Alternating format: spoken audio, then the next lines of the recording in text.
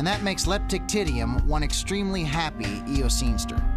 She's a furry mammal, and at 3 feet long, she's the same size as a medium-sized dog. But when it's time to jet, these little guys don't run. They hop.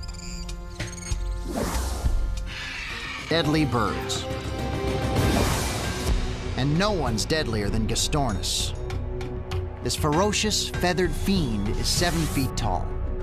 She packs 1,000 pounds. And with that foot-long, bone-snapping beak, she makes today's birds of prey look like a bunch of harmless chickadees. Because that's just camouflage for a prime-time predator. Meet Ambulocetus.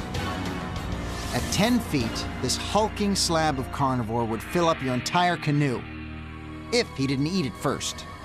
He's also a warm-blooded mammal. And believe it or not, he's the ancestor of every last whale in the ocean today. But right now, he's lakeside. Line delivers. Say hello to Propaleotherium. She's a mammal, and one of the earliest horses on the planet. But put away your saddle. She's only 12 inches high at the shoulder. I've seen bigger cats, but a monster had to come along and take their place. Believe it or not, this monster is a mammal. Basilosaurus is an early whale, actually. She's 50 feet long, same as 5 elephants lined up tail to trunk. It takes 200 pounds of fish every day to keep her full. And her favorite flavor is shark. The animal is called Brontotherium. At 9 feet high, he's twice the size of a rhino. In fact, his closest modern-day cousins are rhinos and horses. But rhino horns are made of keratin, the same stuff as hair. A Brontotherium's horn is built from bone. Sarcus. This carnivore is 6 feet high. That's as tall as a horse. He's the biggest meat-eating land mammal in history. He might look like a cross between a leopard and a wolf, but his closest modern cousins are actually sheep and goats. Can't see. It's Miratherium. His nose is actually a small trunk, which makes him part of the elephant family. At 6 feet long, he's as big as your refrigerator.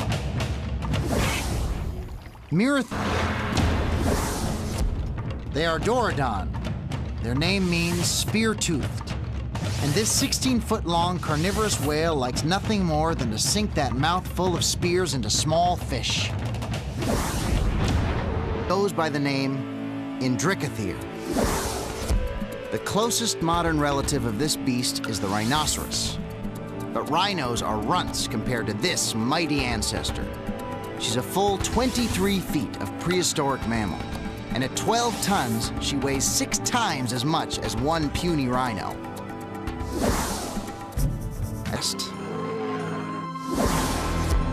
These glowing eyes belong to Hyenodon. They're meat eaters, vicious carnivores that stand 4.5 feet tall.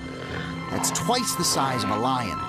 Plus, they've got 4-inch long saber teeth, backed up by a 6 set of bone-crushing jaws.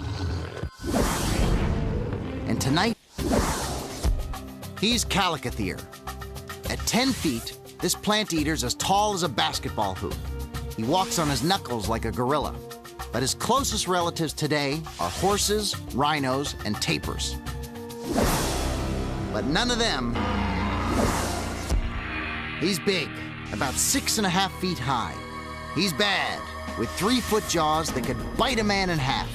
But he's not too bright, because when you're a scavenger, you don't have to be.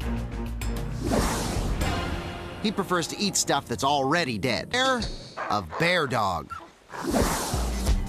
And sure, they're only a foot high, but every inch is grade A vicious predator. Like the name says, they're related to bears and dogs. They live in caves or other natural enclosures called dens, a habit that modern bears also picked up. And right now, a hominid we call Australopithecus. Full-grown adults are only about 5 feet tall. Brain-wise, they're about as smart as modern-day chimpanzees. But our prehistoric ancestors can do something that no chimps can do.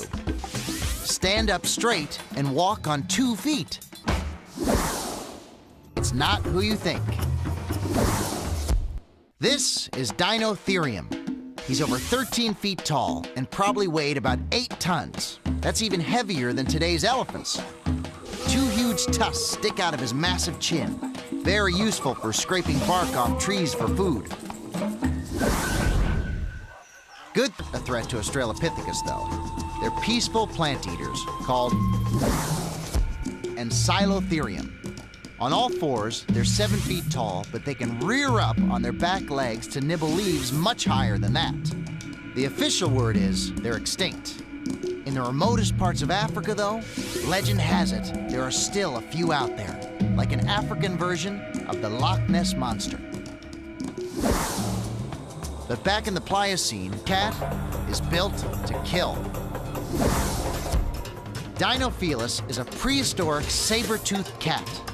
3 feet high at the shoulder, he's about the size of a modern jaguar. He kills like a jaguar, too, by sinking his teeth right into his victims' skulls. So, no one wants to get left behind. Eating terror birds. Beware of Forus raucus. 10 feet tall and every inch a carnivore.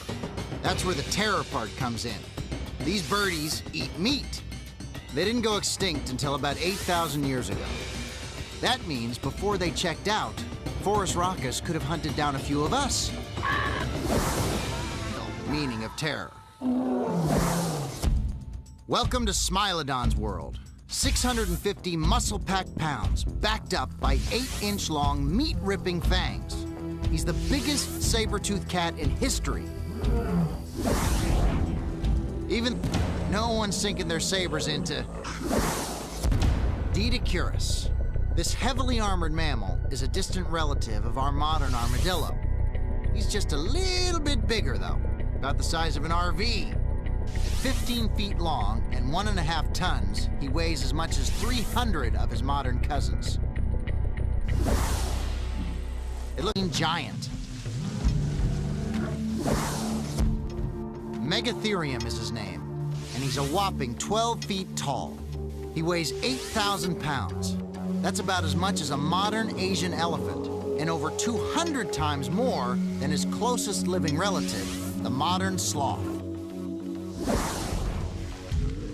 And even the most finicky eaters love Macrocenia.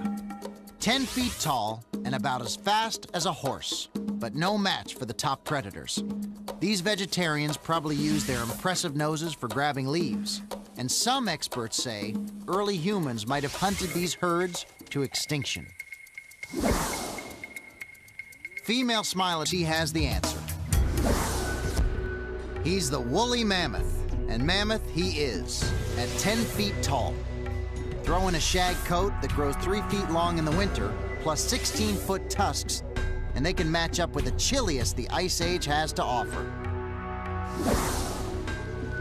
They call Pleistocene Europe home. Say hello to Cro-Magnon. About 40,000 years ago, they strolled out of Africa, and next thing you know, they were all over Europe. Since they don't have nature's insulation, they stay warm by wearing clothes and building shelters. They also make fires to heat those homes. Heck, each other. Make way for Megaloceros. These relatives of modern deer are almost 6.5 feet tall, about the same size as today's moose. But show me a moose with 12-foot wide antlers. In fact, those babies are so wide, in a dense forest, Megaloceros can't fit between the trees. So what